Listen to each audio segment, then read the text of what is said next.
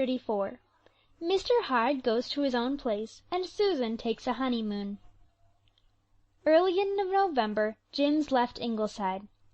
Rilla saw him go with many tears, but a heart free from boding. Mrs. Jim Anderson, No. 2, was such a nice little woman that one was rather inclined to wonder at the luck which bestowed her on Jim. She was rosy-faced and blue-eyed and wholesome, with the roundness and cherkness of a geranium leaf. Rilla saw at first glance that she was to be trusted with Jims. "I'm fond of children, miss," she said heartily.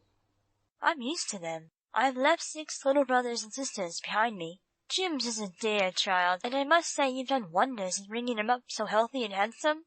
I'll be as good to him as if he was my own, miss, and I'll make Jim toe the line all right. He's a good worker. All he needs is someone to keep him at it, and to take charge of his money.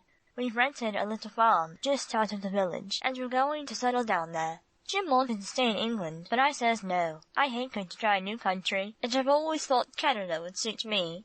"I'm so glad you are going to live near us. You'll let Jims come here often, won't you? I love him dearly." "No doubt you do, miss, for a lovable child I never did see. We understand, Jim and me, what you've done for him, and you won't find us ungrateful. He can come here whenever you want him, and I'll always be glad of any advice from you about his bringing up. He is more your baby than anyone else's, I should say, and I'll see that you get your fair share of him, miss." So Jims went away, with the soup tureen, though not in it. Then the news of the armistice came, and even Glen St. Mary went mad. That night the village had a bonfire, and burned the Kaiser in effigy. The fishing village boys turned out and burned all the sand-hills off in one grand, glorious conflagration that extended for 7 miles. Up at Ingleside, Rilla ran laughing to her room. "Now I'm going to do a most unladylike and inexcusable thing," she said as she pulled her green velvet hat out of its box. "I'm going to kick this hat about the room until it is without form and void, and I shall never, as long as I live, wear anything of that shade of green again." "You've certainly kept your vow pluckily," laughed Miss Oliver. "It wasn't pluck, it was sheer obstinacy. I'm rather ashamed of it," said Rilla, kicking joyously. "I wanted to show Mother. It's mean to want to show your own mother, most unfilial conduct. But I have shown her. And I've shown myself a few things.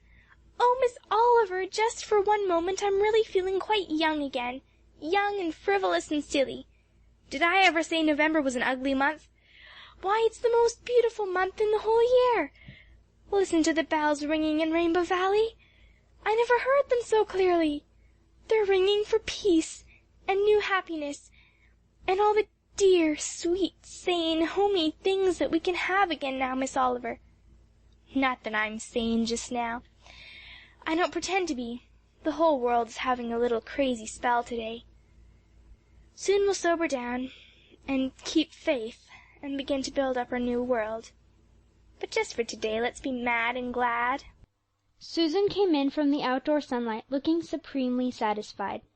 "Mr. Hyde is gone," she announced. "Gone? Do you mean he is dead, Susan?" "No, Mrs. Dr. dear, that beast is not dead, but you will never see him again. I feel sure of that."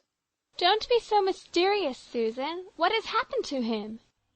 "Well, Mrs. Dr. dear, he was sitting out on the back steps this afternoon.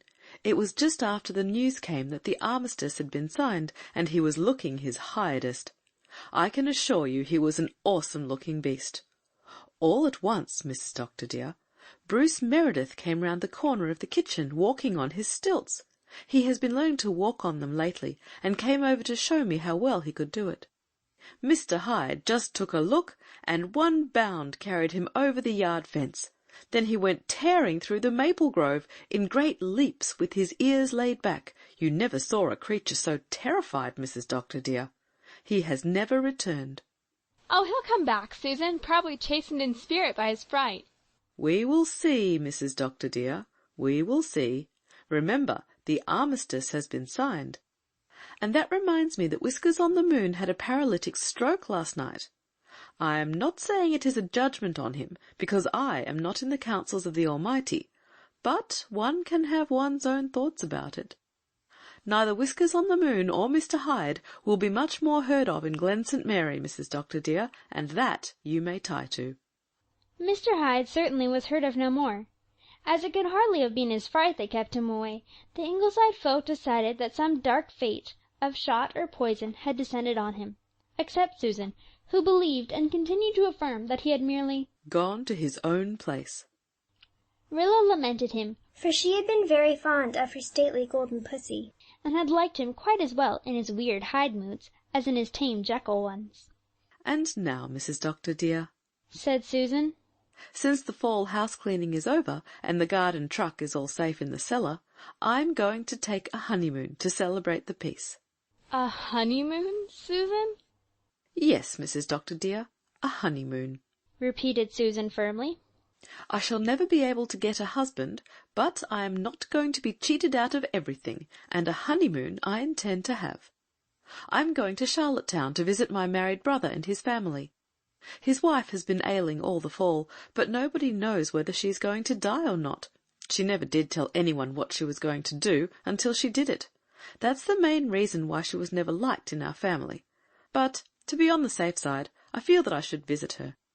I have not been in town for over a day for 20 years, and I have a feeling that I might as well see one of those moving pictures there is so much talk of, so as not to be wholly out of the swim.